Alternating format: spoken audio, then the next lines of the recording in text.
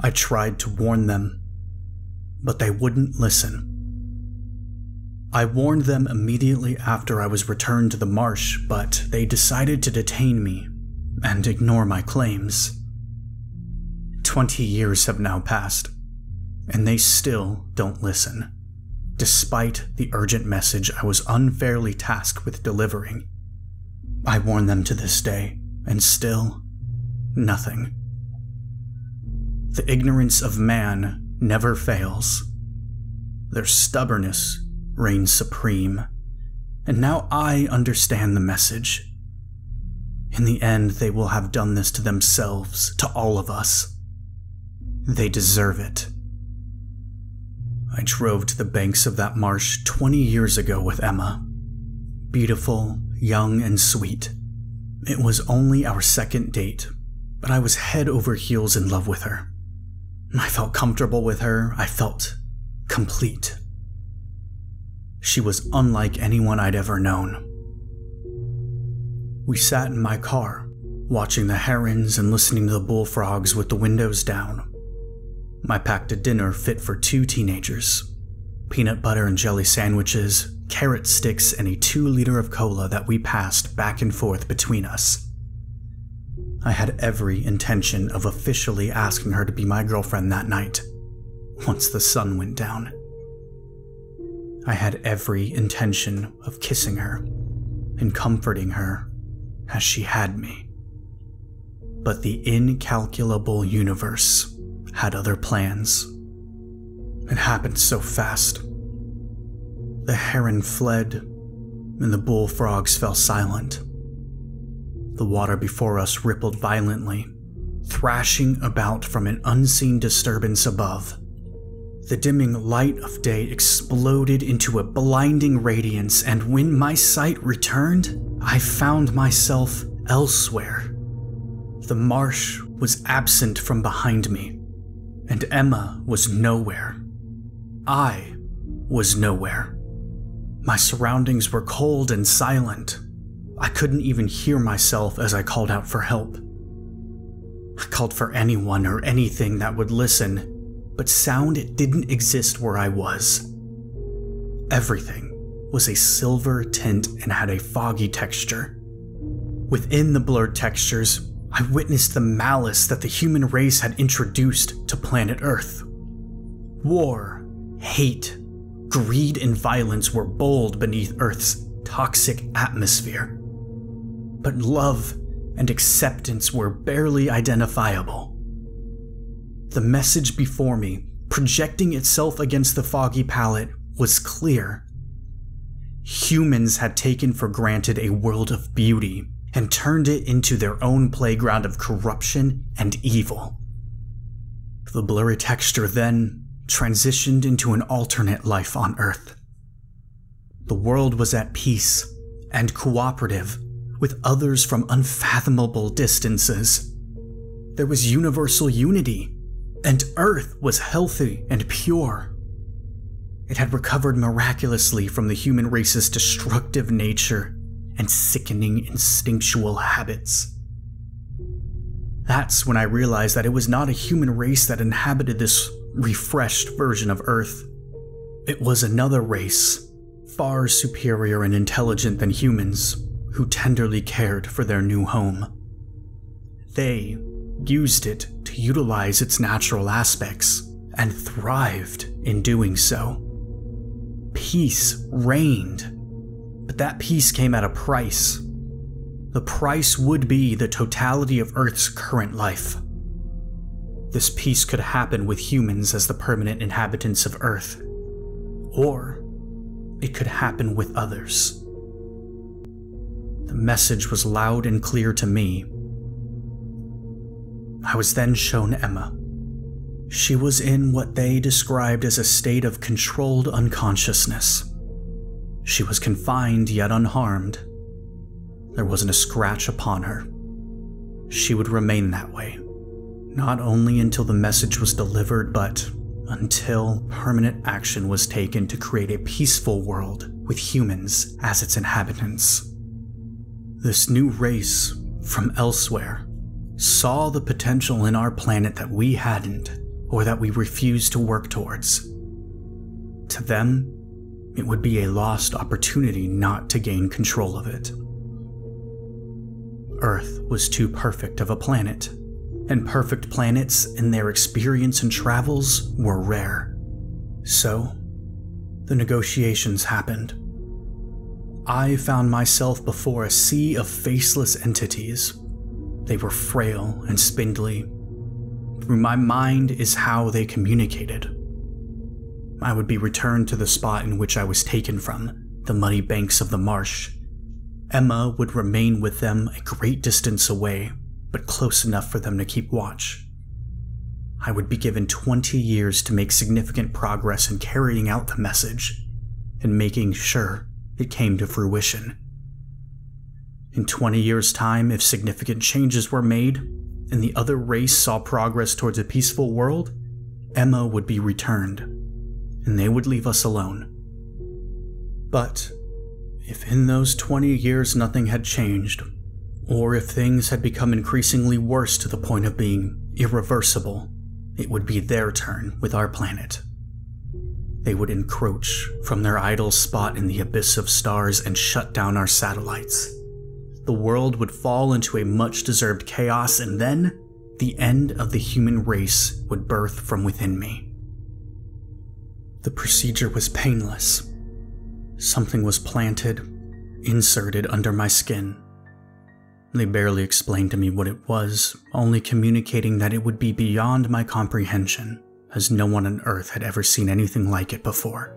It would gestate inside of me for the allotted time, becoming perfectly whole, and be undetectable by any technology Earth could possess.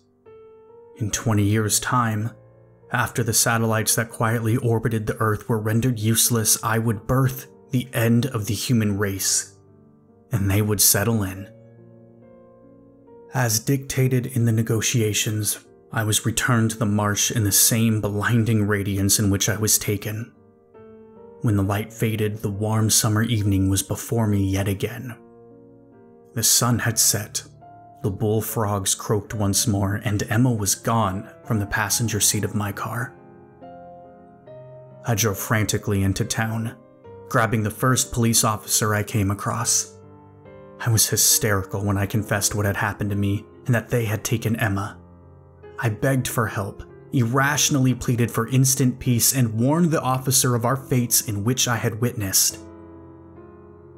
It was a lot to take in. Even in a state of panic, I knew that. So he placed me in the back of his car while he processed my claims. I watched him from the back seat as he meandered over to my car. He looked inside of it and then back at me. I knew something wasn't right when he unlatched his radio and began to speak into it. His eyes never once wandered from mine. Within minutes, 2 more patrol cars arrived with their lights spinning. Crime scene tape went up around my car, and before long, onlookers began to gather, and officers kept them at bay. The officer that placed me in his car finally came back and spoke to me through the open driver's window. He asked if it was the marsh at the edge of town that I was referring to. I told him it was, and then he took that information to another group of officers. Soon after, I was read my rights and taken to the county jail. I didn't understand why I was being arrested. I had told them everything that happened, and they just said I had better get a lawyer. In the weeks that followed my arrest, Emma's parents had confirmed she was with me that night. They had also found blood in the front seat of my car that came back as a match for Emma's. I was accused of murdering Emma and tossing her into the marsh for the gators to eat. I was convicted and sentenced to life without the possibility of parole. My constant and frantic warnings about the end of the human race hindered any chance I had at being considered a model inmate.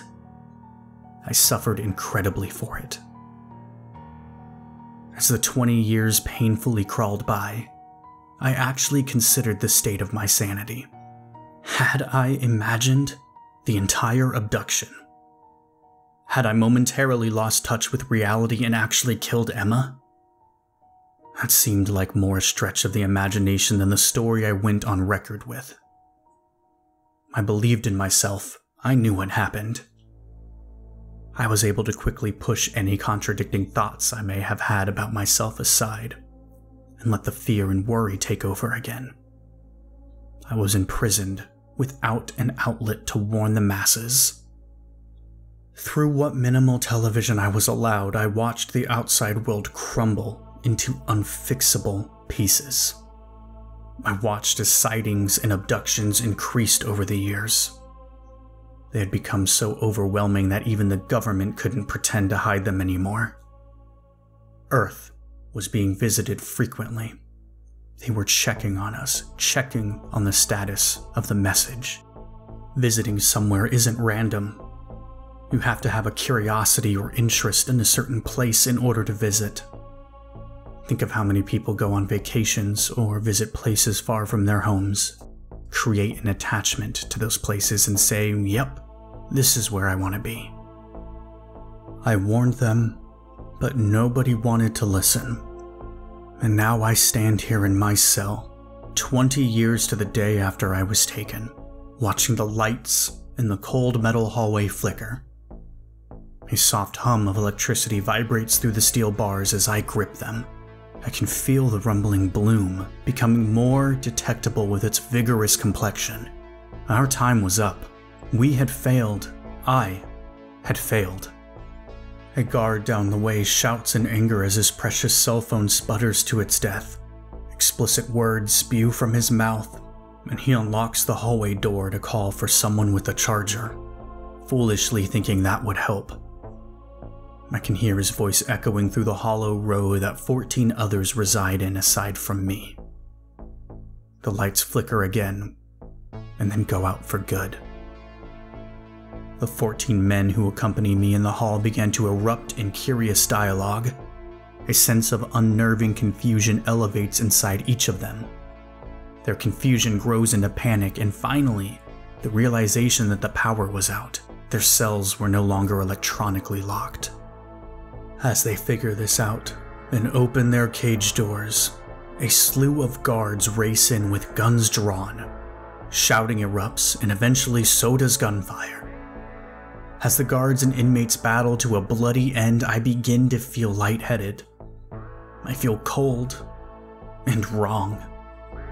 The prison walls begin to shake, crumbling pieces of rock and drywall crash to the floor, and the alarm system explodes.